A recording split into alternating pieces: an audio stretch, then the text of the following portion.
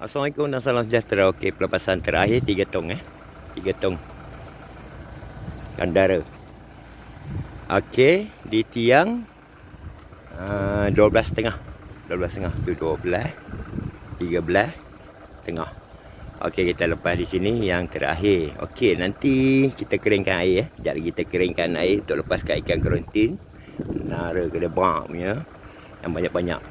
Okey, lepas. Okey. Ini pelepasan terakhir.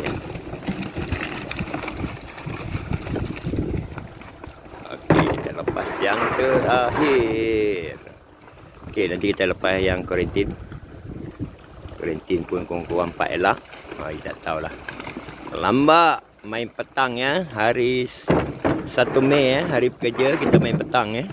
Pukul 2 kita start. 6.30 4 jam setengah. Makan sangat main petang. Tambah ni 500 kg. Dia no balas. Okey, yang belum booking boleh hantar nama, nombor tiang. Jangan telefon, WhatsApp saja. 1 Mei ni keluar satu kereta Ferrari warna merah lagi. Okey, kita ada cabutan bertuah. Okey, 200 ranking. Tak tahulah. Okey, sikit-sikit sudahlah. Assalamualaikum.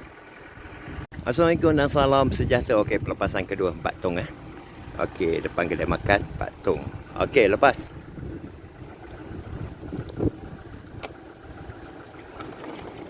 Okey, Kandara 4 tong Ada 3 tong lagi. Kita akan lepas belakang. Okey, 4 tong.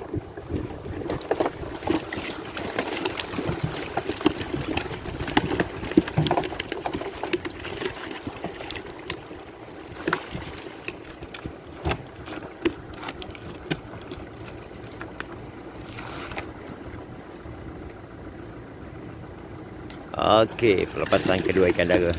Dia yang 8 yang 8 depan kedai makan. Okey, nanti kita lepas di belah belakang pula ya. Okey, sikit-sikit sudahlah. Assalamualaikum.